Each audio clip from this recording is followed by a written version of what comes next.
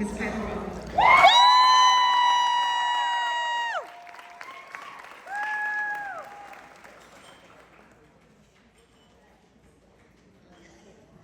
Good afternoon, everyone. So I'm last and we're a little over time, so I have to do something I'm not good at, which is shorten my speech. So I want to start by introducing myself to those of you who don't know me. My name is Petal Robertson. I'm a high school English teacher from Montclair, but when I say from Montclair, that's where I worked, but I have to give credit to the Plainfield Public Schools that partially raised me. And when I was in the Plainfield Public Schools, we had a teacher named Miss Jackson, and Miss Jackson was one of the only black teachers in the entire building. And in Plainfield, at the time, the school that I went to, Woodland Elementary School, we only had black and brown kids. But there was only one black teacher, and we had a black principal. And Ms. Jackson used to stand at her door, and she was one of those teachers that was like tough, but so loving that you always wanted to be in her class. And I remember one day I was placed in Ms. Jackson's class, and I remember one day I said, Ms. Jackson, I have to use the bathroom. And she said, you don't have to do anything but stay black and die.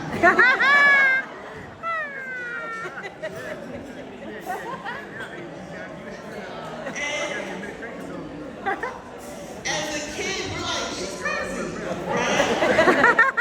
But as an adult, you realize, like, you don't have to do anything but stay black and die. And that means that every other aspect of our life is one that we have chosen. Every other decision we make is one that we make with intention. So when they said today was about truth, I was like, oh boy. And I said, okay, well, I'm going to tell some truth.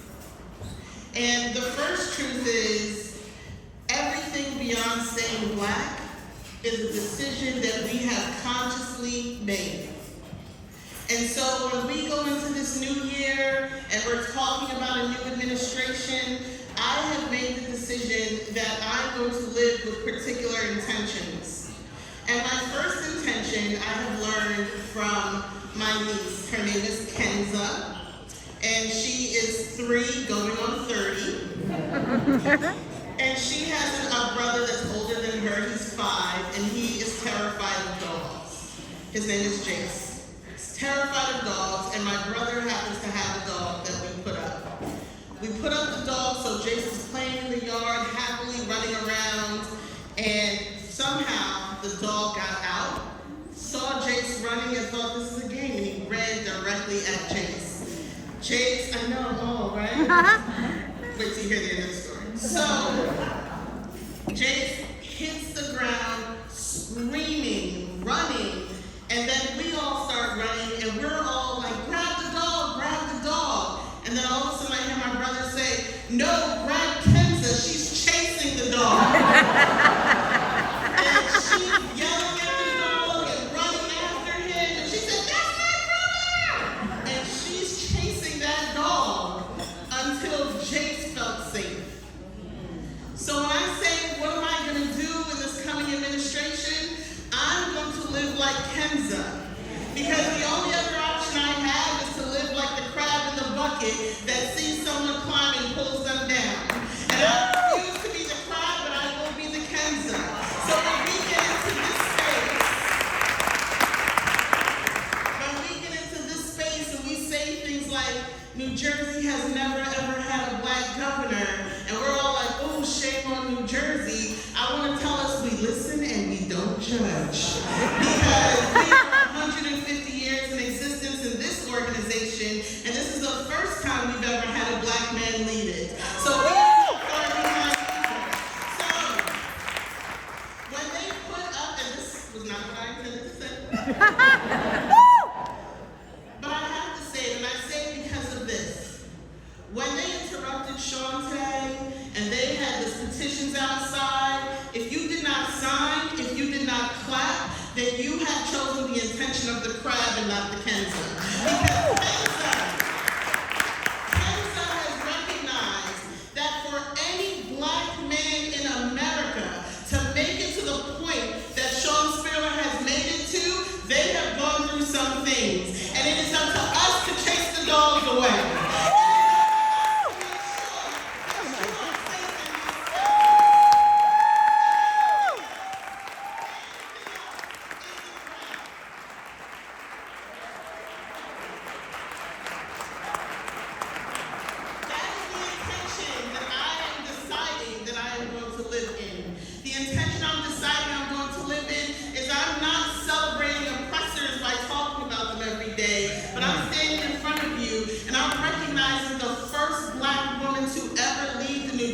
retirees is Joan Wright.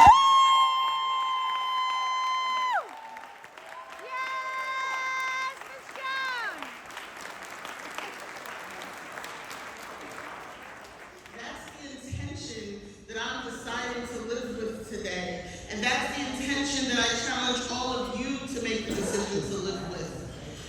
Because advocacy is not easy. And advocacy is not something that we go into because we're awaiting the applause, but I will tell you, every advocate needs to hear it. Every advocate deserves to hear those applause, because this is a tough place to be. And you all have been quoting some notable people, so I'm going to quote DMX. Yeah, why is she so good? I can't.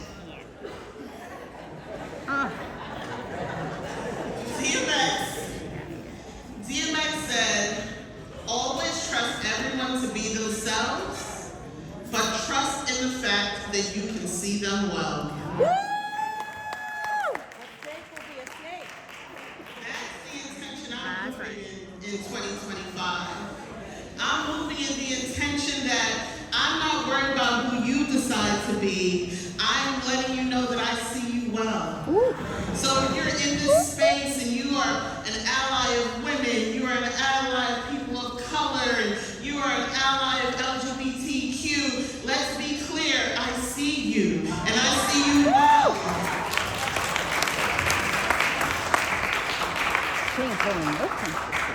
But I also know that ally goes beyond getting dressed for a fancy dinner. It goes beyond putting on your Black Lives Matter shirt.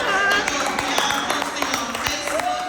Ally means in those rooms that we are not in, you are still protecting our name. Ally means that you are supporting us even when we can't see. Let me tell you, the most beautiful and supportive place to be tonight is in the women's bathroom.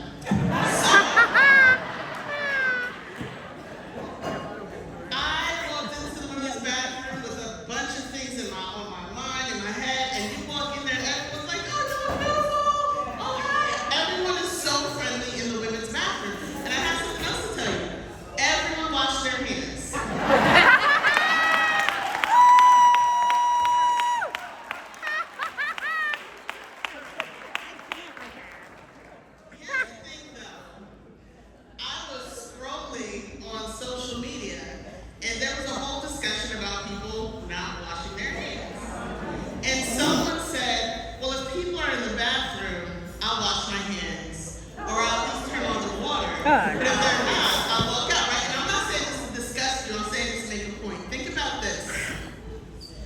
How many allies and so-called activists only wash their hands if you're in the bathroom?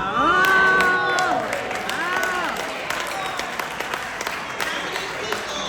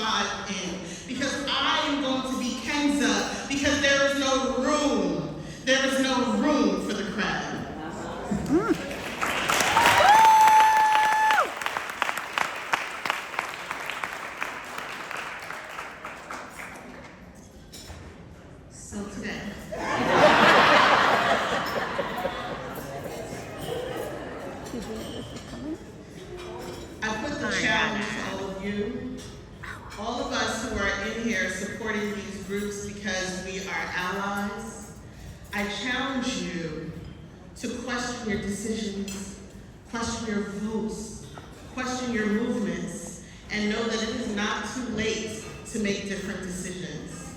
It is not too late to stand up for people in rooms in which they're not in. It's not too late to recognize that women don't always get a voice in the space, but as men, you can ensure that they're heard. It is not too late to recognize that you do not have to be a member of the LGBTQI+ community to recognize the importance of their existence and their value in their space. And for our fighters and for our advocates, know that you are in a room full of Kenzas who believe in your ability, who support your ability, who are here for you in 2025, who have recognized that what we are up against is an administration where the first time in 20 years, there is no woman or person of color chosen to lead a House committee. But I leave you with this thought. Today I forgot my NJA pin. Go here, Sean. I frequently forget to wear my NJA pin. That denotes the fact that I'm an NJA officer. But with no women and no people of color leading a House committee, with me forgetting my pin, I want to assure you that it is not our titles nor our pins that will save us. It is only by our unification, by our solidarity, because racism could care less that Petal Robertson is the Secretary Treasurer. Because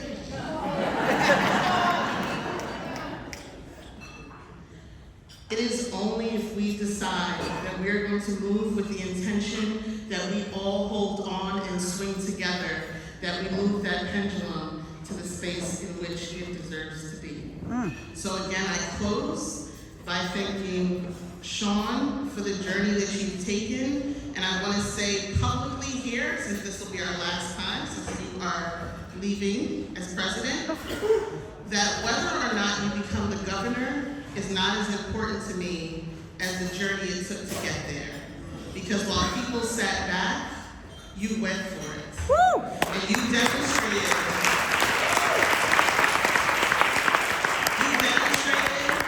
to Black men, to Black boys, to Black women, to Black girls, to everyone, that you are worthy. And the victory, Sean, is not in June and it is not in November. The victory is in the journey and you being courageous enough to take it. And to Ms. Joan, as this is your last term as president, the walls that you have broken down and the journey you have taken, we are forever in debt to you. And shame on anyone that could leave this room with two mighty leaders of color like yourselves and decide that we would ever be the crowd. May you all be Kansas.